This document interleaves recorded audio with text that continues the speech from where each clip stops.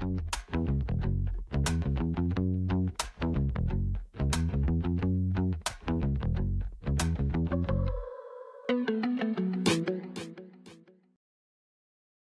my name is David Oles, and I am your co-host of the Mississippi Happenings podcast. Joining me each week will be my friend Jim Newman. Jim is currently under the weather. He sounds like he's got a head cold, and he sounds like a demon from a horror show. So he's not going to be with us today. Each week, we wanted to discuss the kitchen table issues that all of us as Mississippians face. And one of the issues, most important issues that we have in Mississippi is public education. There's a lot of issues surrounding public education, and we do want to take a look at those today. Our guest this week is Erica Weber Jones. She is a former educator with 20 years experience, and she's the president of Mississippi Association of Educators, also known as MAE. Also known as MAE. And she's been the president since 2019, and it is a very passionate advocate for public education. Ms. Jones, we greatly appreciate you being with us today. Thank you so much for having me. One of the most pressing issues in Mississippi, and we can start with this because, as with a lot of things, everything, it's about money. So if you would, let's talk about funding, how that money comes into the public educations. Will you talk to us about that? Yeah, so unfortunately, especially this legislative session for our public schools throughout Mississippi, funding is yet again another issue. But this time it seems to be coming in the attack of possibly school choice.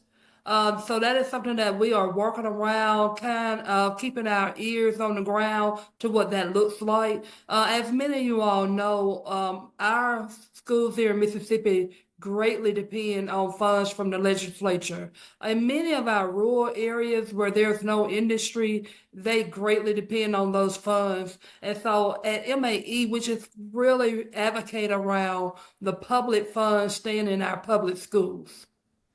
Thank you.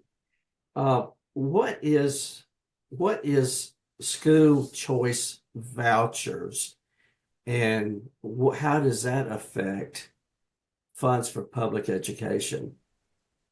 David, we've seen it called school choice. It's also called scholarship. Sometimes it appears in the term of a voucher. But what we do know is that any way that you look at it, it is taking money away from our public schools, putting the money elsewhere. Some advocates for school choice say that public dollars would be better served at private institutions for students. That's one of the arguments we've heard. We've also heard people around our charter school movement saying that the dollars would be better served at charter schools. But one thing that we know, our public schools here in Mississippi serve about 90% of our students. So that's why we continue to advocate that our public dollars stay in our public schools. Are there separate requirements between public education and the private schools? Absolutely. One thing that we know about our public schools generally take all of our students. We're not able to cherry pick. As a second grade teacher, once students enter into my classroom, they were there to learn. But we know that some of the private schools here in our state have the ability to pick and choose which students that they want to attend their different institutions. And you were just talking about the requirements, and basically that the private schools or charter schools can basically pick and choose. Is there a difference between a private school and a charter school, or is that Are those the same things? No, they are not the same thing, especially when you think about the different types of private schools that are offered here throughout the state. Some of them are religious schools or religious institutions with religious backgrounds.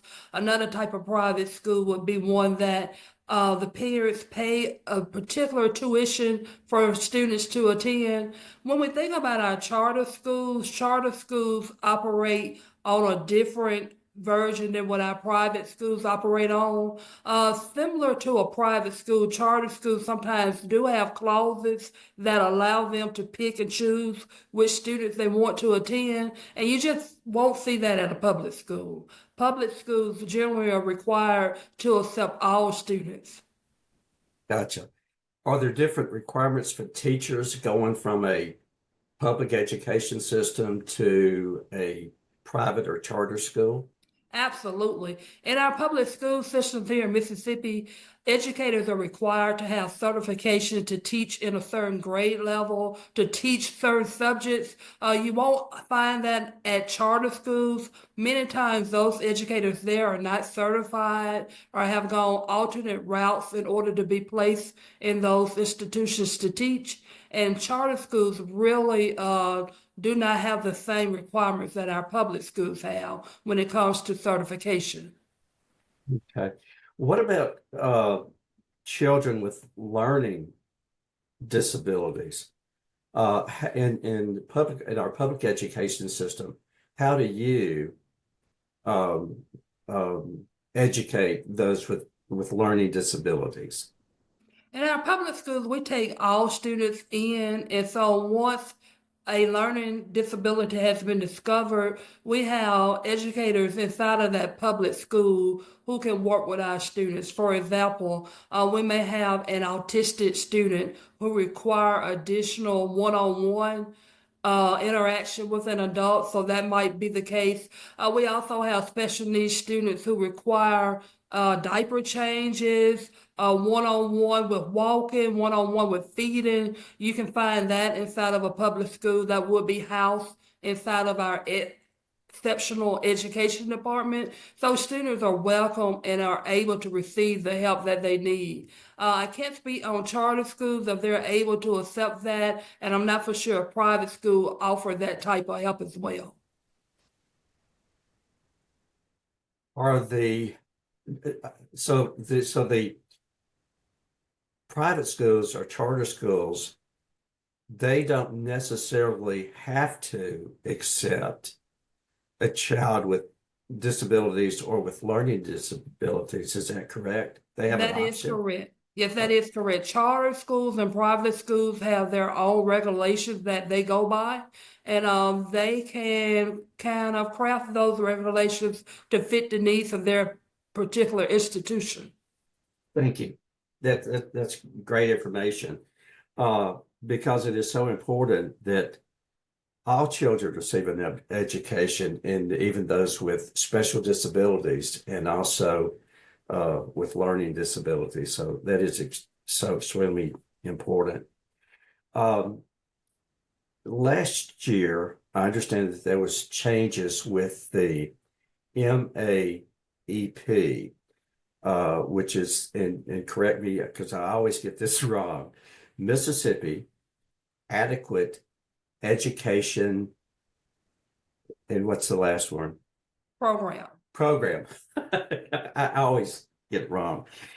Tell us a little bit about that and the funding and what happened. Uh, what is MAEP and how is that changed by our lawmakers last year? Sure. So over the past couple of years, we have really advocated around full funding for MAEP. Last year, the legislature took a deep dive and started to look at the formula. What we do know is that it has only been funded for 2 years, I believe, since its inception, and I believe that was 1987 when this was created. So one of the things that we have advocated around is for our legislators to really look at that formula, and they did. And luckily this year we are under a new formula called the Mississippi Student Funding Formula. You may see the acronym MSFF.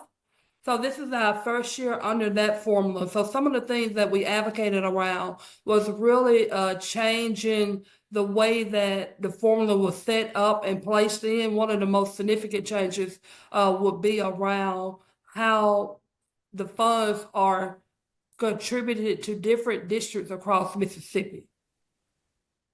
Thank you. I know there was a lot of issues with that in the past, and like you say, it for many years it has not been fully funded, and I think you're absolutely right with 1986. Let's talk for a minute about, and I want to go back a little bit to choice schools. I mean, school vouchers. I want to go back to school vouchers. One of the things that I hear a lot and read a lot about is if a parent has a child in a private or a charter school, if they have a child in that, why should they not receive a school voucher to assist or help them to pay the tuition for a private school? So, David, we've also had an opportunity to speak with parents around that issue. It's similar to when I think about it as a taxpayer here in Mississippi, that I don't get to choose exactly where all of my tax dollars go to. I know some people would attribute it to being able to choose, like if you wanted your tax dollars just to go to a certain county, but the dollars are spread out throughout the state. So as we have these conversations with parents about that tax dollar being able to follow students to a particular charter or a particular private school, we always have to remind them about the goal of public education here in Mississippi for all of our students to be successful. We do know that parents will continue to question why their tax dollars can't follow the child, but for so many cases we see where this is not beneficial. For example, sometimes in our charter schools, when students leave out of our public schools and they go over to the charter school and then they decide to come back to public, the tax dollars do not return with the student. So that creates another hardship for that particular public school. That's a interesting point, and I know I was not aware of that. So I appreciate, and so a lot of our viewers probably were not aware of that fact either. Let's talk a little bit about PERS, the Public Employee Retirement System. It seems there's a lot going on with that. We explained a little bit about that and its impact and what it's doing and what it's possibly not doing for our teachers and our educators. So David, I've often been told I've been in education over 20 years now, and my aunts were educators as well in North Mississippi. And one of the things that they pointed out when I decided to be a teacher, hey, you may not get paid a lot of money teaching, but just hang in there. We have a pretty good retirement system when we compare it to our neighboring states. So that was the one thing that I really held near and dear to my heart, thinking that once I reached 25 years, there will be a great retirement plan waiting for me. Well, now with a tax on our PERS, many educators are really starting to question, we spent all of this time in education. what's going to happen to our retirement. This is something that MAE has really followed closely over the past couple of years. Right now, we are under a defined benefit plan with our PERS, and some of the talks around PERS seems to want to head toward defined contribution, where educators are actually paying into their retirement. So some of the issues that we've heard and some of the issues that we've focused on from educators throughout the state is that they really want to keep PERS the way that it is now. You're going to hear a lot of arguments about the need, why we need to change that. But as an educator who's worked in Mississippi public schools, our retirement plan is something that I was looking forward to. I have contributed to it over the years, just by being an educator here in Mississippi. So it's something that we're going to continue to monitor closely because it impacts so many of our educators across Mississippi. Thank you. Thank you. And were there some changes to the PERS system for the newer educators coming on board? Absolutely. My husband and I are both educators, so we were grandfathered in where we could teach 25 years and then retire. If I'm not mistaken, the years have changed to 30 years for educators, and I've heard talks that they wanted to increase it from 30 years, and I'm not for sure what that next number is, but we know that is a big difference when you're right at the edge of retirement. It kind of goes back to the Social Security, and I'm not wanting to get off track. It's like the Social Security issues and wanting to raise the retirement age for that. So it seems Absolutely. like the same situation. And before I forget, I do appreciate you and all teachers for the service that you guys do to the students. What would you like to see from our Mississippi lawmakers? Oh, thank you for that question. As we are now right in the middle of this legislative session, I really want our legislators to continue to talk with educators here in the state about what our public schools would look like if they received the funding that they need.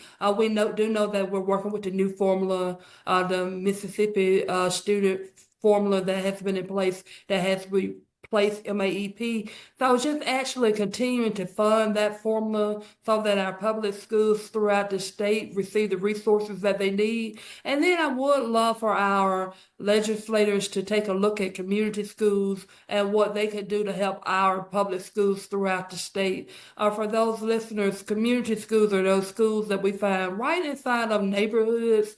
They may not necessarily some of our schools here in the state do not have access to a nurse and other resources that they need. And that's where our community schools will come into play. They would form partnerships with the business community, the health field, and provide our students with those resources. And not only our students, but parents in those particular communities as well.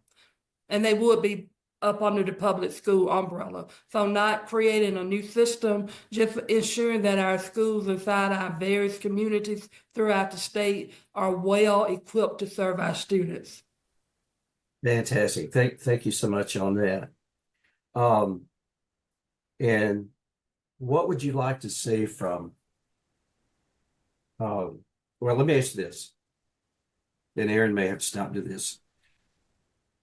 Did I ask the question about what you wanted to see from parents and supporters of education?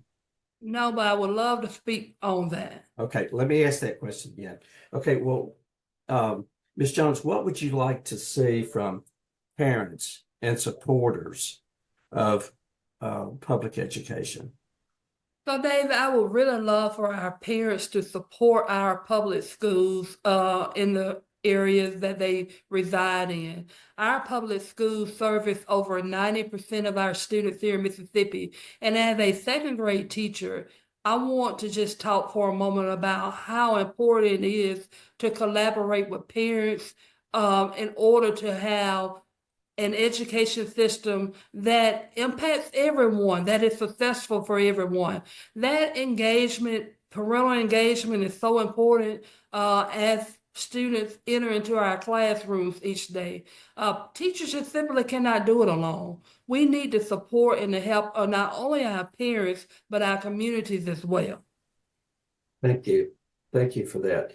And one of the final question is, what can we as Mississippi Happenings help do to help you to get the word out? Let's continue to share and uplift our public schools and our different communities. We have some teachers, David, that are really doing some great things inside of our classroom. So continue to highlight those great efforts. I do know that during football season and basketball season, our scholar athletes are often highlighted, but let's do that with our educators as well. They're in the classrooms each day working really hard for our students here in Mississippi. They need and deserve our support. So just continue to uplift our educators, uplift our public schools, ensuring that we are building great public schools for all students across Mississippi. Ms. Jones, thank you so much. I do appreciate your time, and we will heed your advice, and we will take notice, and we will also share this information. I do want to thank our subscribers and our sponsor. And today I want to highlight Ali Edgelolly. He is with Alpha Insurance in Olive Branch, Mississippi. He can help you with all types of coverage. He is my agent, and he can be reached at 662-893-0928. And I do want to leave with this final message and leave this with you. May we never become indifferent to the suffering of others. Ms. Jones, thank you so much for being here. It's good to see you again, and we will heed your advice. Thank you so much. Thank you so much for having me. Have a great day.